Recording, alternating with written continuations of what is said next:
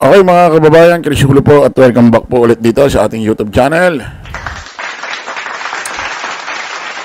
Okay, pag-usapan ho natin mga kababayan, mga ka-analyze, ito hong ginawang paglalahad pag-expose, ginawang expose ho ni dating Senador Antonio Trillanes na kung saan kung ito raw ho si dating Vice President Leni Robredo na ngayon ay mayor ho dyan sa lungsod ho ng Bicol, hindi raw ibinigay itong si Digong sa ICC kung siya raw ang nanalo, si Mayor Leni Robredo. Suski atay. Basahin ho natin to. Inilahad ni dating Senador Sonny Trillanes na posisyon ni dating Vice President Leni Robredo noong 2022 election na hindi isusuko si dating Pangulong Rodrigo Roa Duterte sa International Criminal Court o ICC. Ba't ako natatawa rito? Alam niyo kung bakit? Ito rin yung ista ni Ito rin naman yung ista ni Pangulong Bongbong. Sabi pa nga ni Pangulong Bongbong, kahit isang buhok daw nagbiro pa nga si Pangulong Bongbong, natatandaan nyo. Kahit daw isang hibla ng buhok ni Bato de la Rosa, hindi sila magagalaw ng ICC. Naniniwala rin ang dating senador na magkaalyansa at magkaibigan umano sina Robredo at Vice President Sara Duterte, ang anak ng dating Pangulo. Binahagi rin ni Trillanes na nakiusap umano sa kanya sinooy campaign manager Robredo na si Bam Aquino na i-delay ang paglabas ng arrest warrant laban kay Duterte dahil makaka-apekto umano ito sa kanilang kampanya.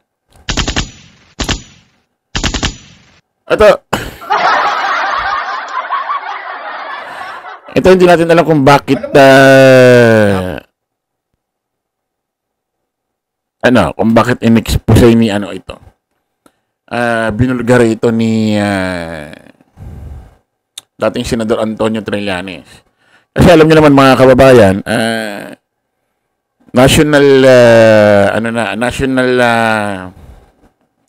sa 2028 national election Although sa 2028 ho ng Mayo ang butuhan para sa 12 ulit na senador at bagong Vice President at bagong Presidente, syempre sa 2028 ng Mayo.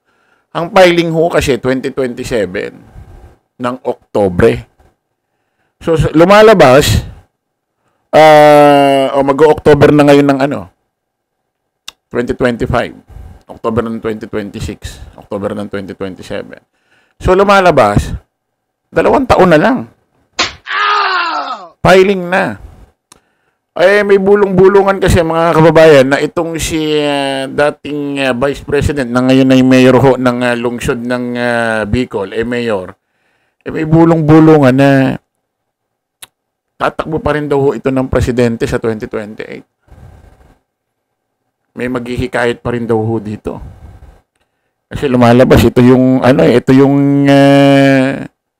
ng kakamping Ito yung pambato nila O sa Liberal Party, nagpahayag na ho, nagbigay na ho ng statement si Senadora Rizon Tiveros, tatakbo raw ho siya ng presidente.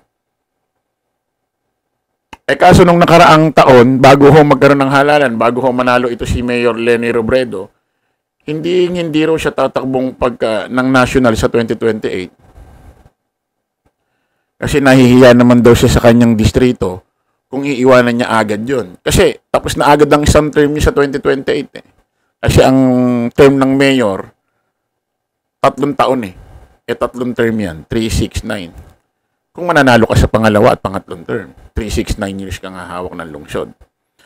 Pero ito, sa 2028, nasa kanya kung tatakbo pa siya o hindi na dyan sa Bicol. Pero sabi niya nga, hindi niya gagamitin ang pagkapanalo niya sa Bicol para makatungtong sa national sa 2028. So sa makatuwid, tatakbo pa ulit siyang mayor sa Bicol. Hindi siya tatakbo ng presidente or kahit anong posisyon sa national. Kaso, ang dami rin kasi nagsasabi ng ganyan, hindi tatakbo. Pero pagka Pagka dumarating na ho ang filing, umiikot na ho ang mga tumbong. Umiikot na ho ang mga tumbong nila. Nagpapile na rin ho ng COC, ng Certificate of Candidacy. Tignan natin. Apply nga muna natin ito, mga kababayan. Points to a possible cooperation. Talker from former Senator Antonio Trillanes. He claims key opposition figures are actually against surrendering former President Rodrigo Duterte to the International Criminal Court. Hannity tells us why in this report. Former Senator Antonio Trillanes drops a bombshell. Both former Vice President Leni Robredo and Senator Bam Aquino privately told him they don't support turning over former President Rodrigo Duterte to the ICC, who was recently arrested for crimes against humanity. Both Bam and Leni, ayaw nila ng ICC. Sinabi nila sa akin yun. Talaga? Personally? Noon, kung mananalo daw si Leni noong 2022, hindi raw nila ibibigay si Digong sa ICC. In an interview on the news podcast Facts First, Trillanes admits it was a stunning revelation, but did not disclose further details. And that is why, for him, there's only one opposition leader fit to take on VP Sara in 2028, Senator Risa Hontiveros. Hindi ngayon yung ang mundo na tinitirahan natin. Ito may mga ganitong mga evil forces at play. So kailangan mo nung kayang tumindig. At si Senator Risa has demonstrated that time and again. He says Hontiveros consistently stood her ground against the Dutertes and has fearlessly called out the VP. He rules out Aquino and Robredo. While both are good people, he says they have made compromises that weaken their stance. Si Senator Bam Aquino, for example, kasi bakit? Ngayon niya, kakokus niya, kabloke niya yung mga Duterte block. Sa akin, hindi ko kaya yun. Under any conditions, gusto ko man ng committee o whatnot, hindi kaya ng sikmura kung makasama ko sa caucus yung mga Duterte block. Aquino now chairs the Senate Committee on Basic Education after voting to retain Senate President Cheese Escudero's leadership. Meanwhile, Trillanes criticized Robredo's meeting with VP Sara in Naga City last year.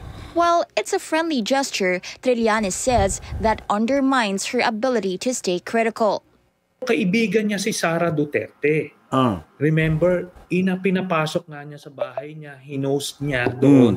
So, paano mo ngayon mapapanagot si Sara kung magpe-presidente si Leni? He also noted her silence on VP Sara's impeachment, which he believes points to a possible cooperation. Trillanes says this contradicts the opposition's agenda of holding the powerful accountable. Hontiveros previously said she still regards Aquino and Senator Kiko Pangilinan as political allies, even after they joined the Senate. Ito mga kababayan,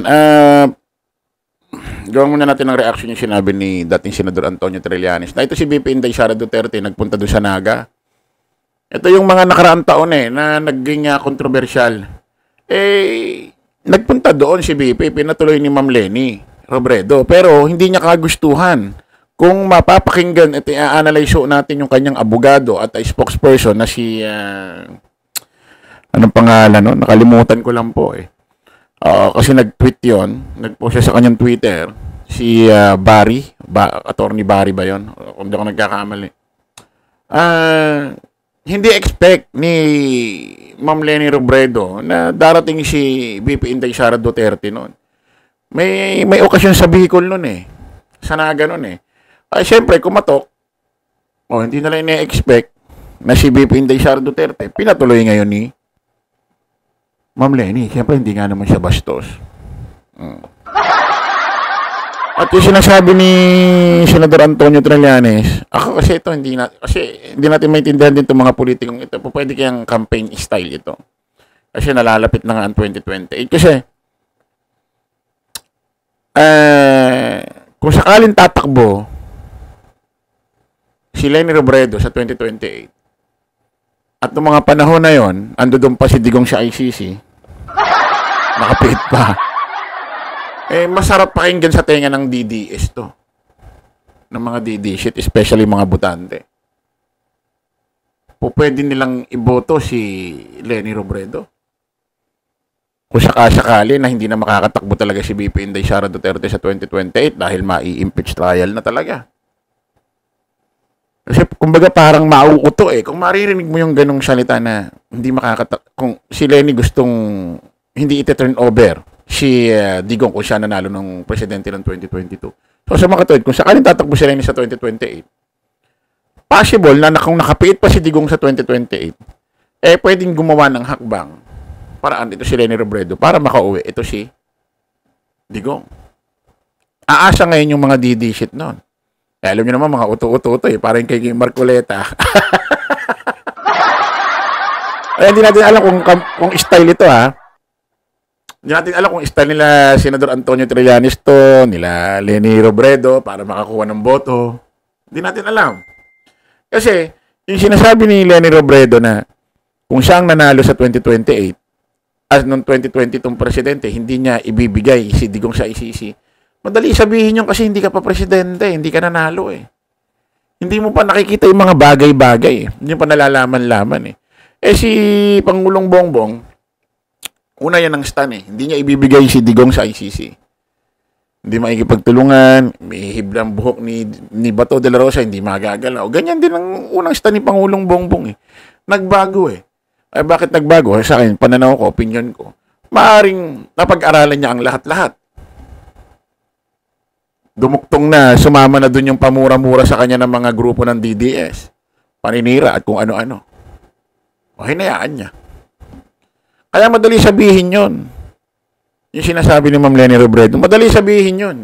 Wala ka naman sa posisyon eh. Pero pag nasa posisyon ka na, mapag-aaralan mo na ang lahat kung bakit kinakailangan ipatupad ang warrant o pares galing ICC at kinakailangan hindi pigilan ang Interpol, paano kung alimbawa ikaw nasa katayuan, Ma'am Leni, pinagmumura ka, gagawa ka ng istorya ng kung ano-anong ng pamilya Duterte, anong gagawin mo? Hindi pa rin isusuko si Digong? Madaling sabihin yan. Kita-kita ulit tayo sa panibagong vlog. Bye-bye po.